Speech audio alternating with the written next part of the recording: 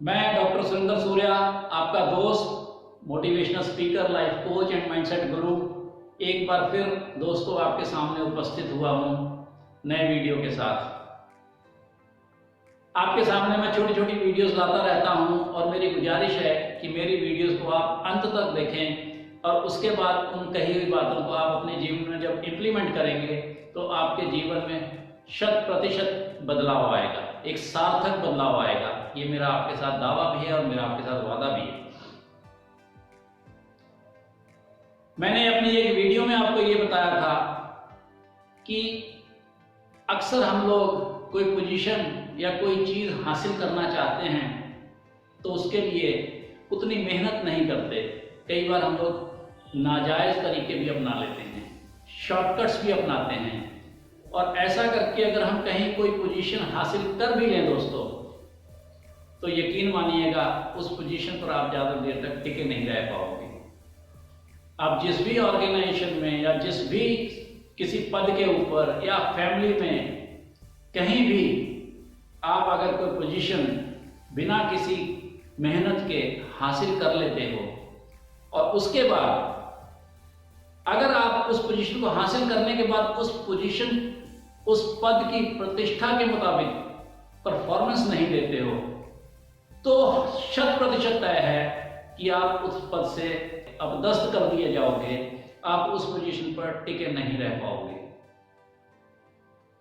आपको उस पोजीशन पर रहने के लिए, अपनी प्रतिष्ठा को बनाए रखने के लिए जरूरी है परफॉर्मेंस देनी।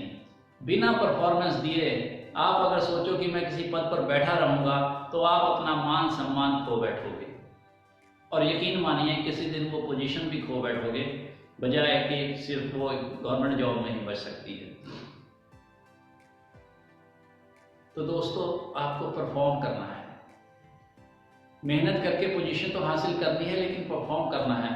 बिना परफॉर्मेंस के आप किसी पोजीशन के ऊपर होना ना होना आपके लिए तो मायनेदायक हो सकता है, लेकिन आम समाज के लिए या उस ऑर्गेनाइजेशन के लिए या उस परिवार के लिए या उस संगठन के लिए आपका उस पद पर होना बिना किसी परफॉर्मेंस के कोई मायने नहीं रखता और आप अपना सम्मान खोते चले जाते हो।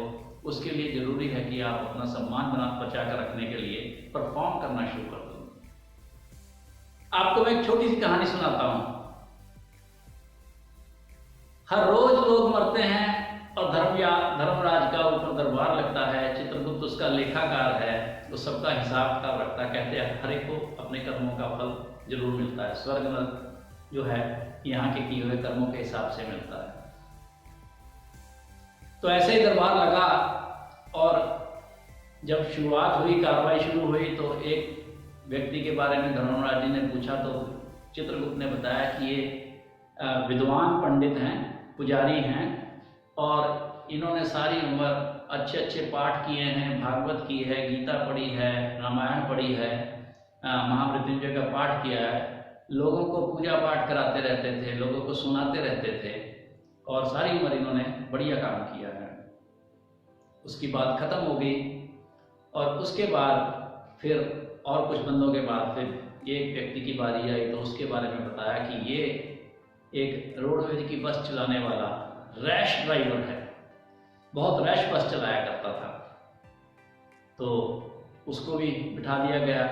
अब जब स्वर्ग नरक बांटने की बारी आई तो धर्मराज ने कहा कि पुजारी को नरक दे दो और इस ड्राइवर को जो है वो स्वर्ग दे दो। ये सुनते ही पुजारी जी आग बबूला हो गए। उन्होंने कहा महाराज, आपके दरबार में इतना बड़ा अन्याय, मैं आपका दूत हूं और मुझे मिल रहा है नरक और इस ड्राइवर को मिल रहा है स्वर्ग, ऐसा क्यों?